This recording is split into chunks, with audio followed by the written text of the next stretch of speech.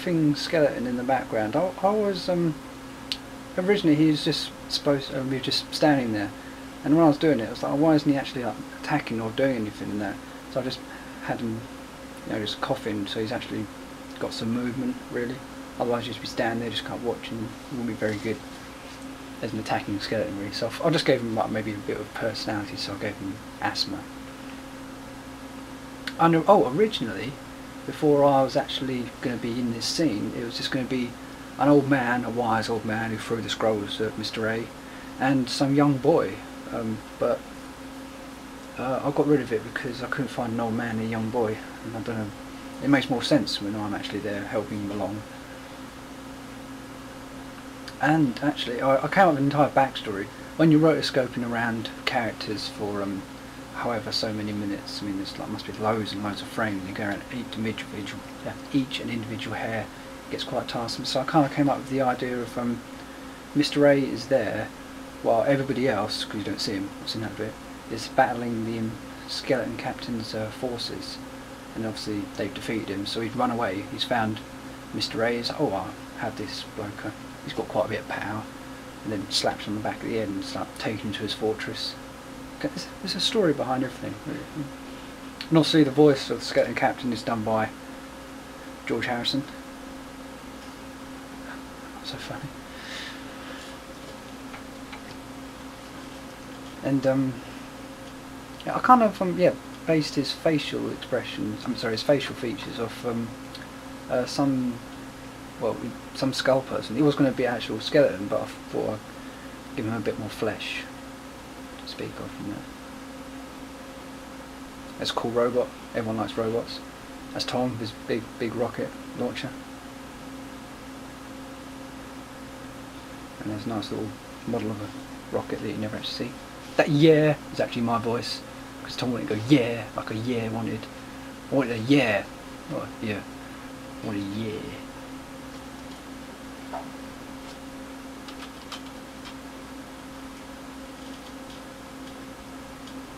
That's a nice jetpack. As I said before, this gun is almost like that super duper gun that you find on games like Unreal Tournament, which blasts a big massive hole in everything, which gives a nice explosion as well. And looks cool. I mean, I wanted Becky to look real cool, blowing up this entire robot. Until she dodges some lasers and gets shot right in the head and breaks her neck and falls to the ground. There's Alex with his Weasley shotgun that he only fires twice. God, rubbish. And obviously the one. Now that footage there is actually my brother just playing a bit of football that I filmed years and years beforehand. It was going to be in another short film or series that was never done, but still had the footage, so I just plugged it in there. It would be quite funny. I'm so funny.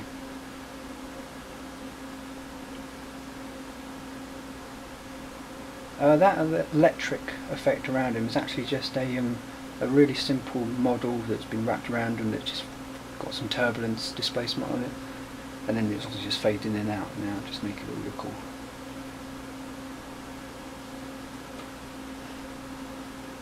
That's cheesy, Alex. Wee. Yes, this is it's a towel. It was going to be something else, hence the sandwich. It's on his rifle, but it wasn't very funny. Something like, would you like lettuce in this sandwich or something like that, but couldn't really tell. So it was like, I don't get it. What's it's dry as it wets, or what dries as it wets, or something like that.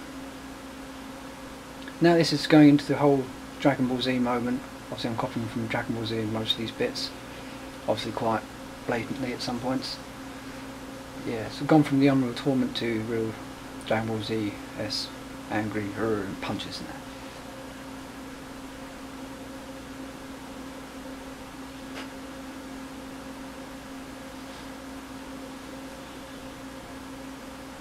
There's some weird teeth he's got there, but he's a mad, crazy bloke, but he's not even human probably, so it doesn't really matter. Oh yeah, this bit is almost my my variation of Goku's Kamehameha, but obviously you can't really say, Kamehameha.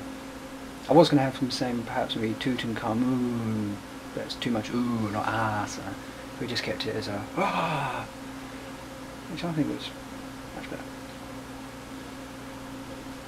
better. In story-wise, this would probably like annihilate him, like completely tear him apart and that really, but because obviously it blows up the entire planet, and obviously Bob's clever enough to get him like engulfed in it to fire him off, then it explodes, obviously keeping them safe, whereas Mr. A doesn't at the end. But I should have had maybe a shot saying that he actually dodges it, because before he kicks his head off, he actually he's coming from the sky, so it's almost as if he just like he's jumped above it, so it's just gone beneath and gone bang out the window, smashed and blown up this planet. He's quite tired there.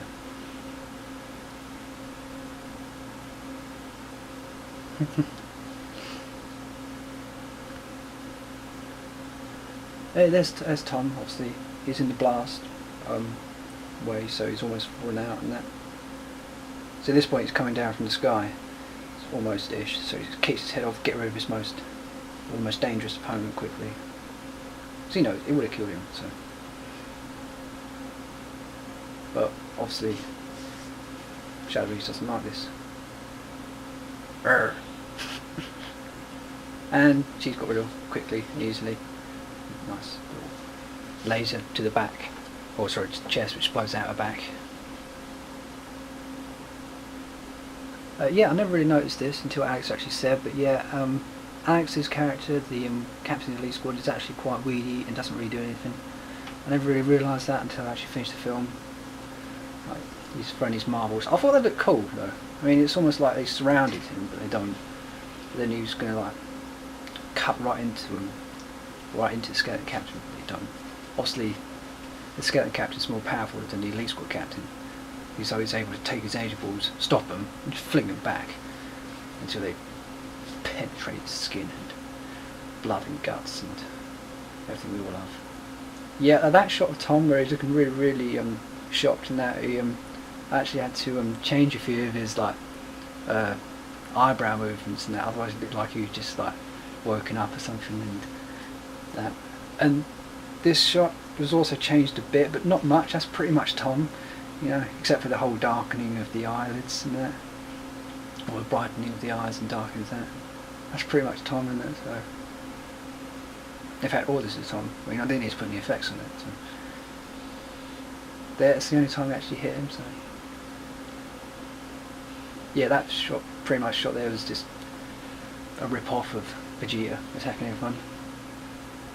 Always just noticed that Mr. A's got power. Obviously, Mr. A's still trying to figure out his power.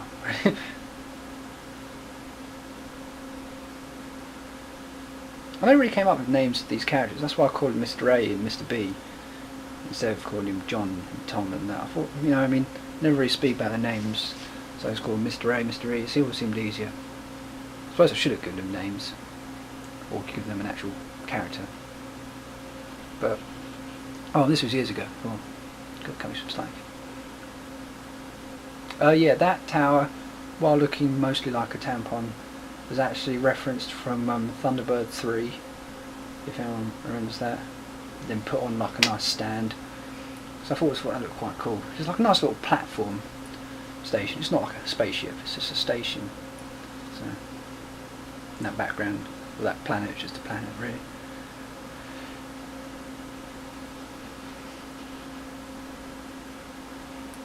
And obviously at this point they've died maybe too many times, gone to the end. Yeah, the reason they actually come back, I thought obviously they're respawning, so that gives them a reason for them to come back and that.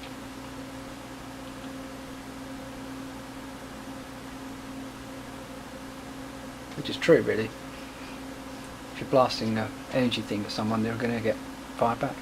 And it's like an explosion. If you throw a grenade at someone who's like standing in front of you, otherwise you're going to get caught in the blast.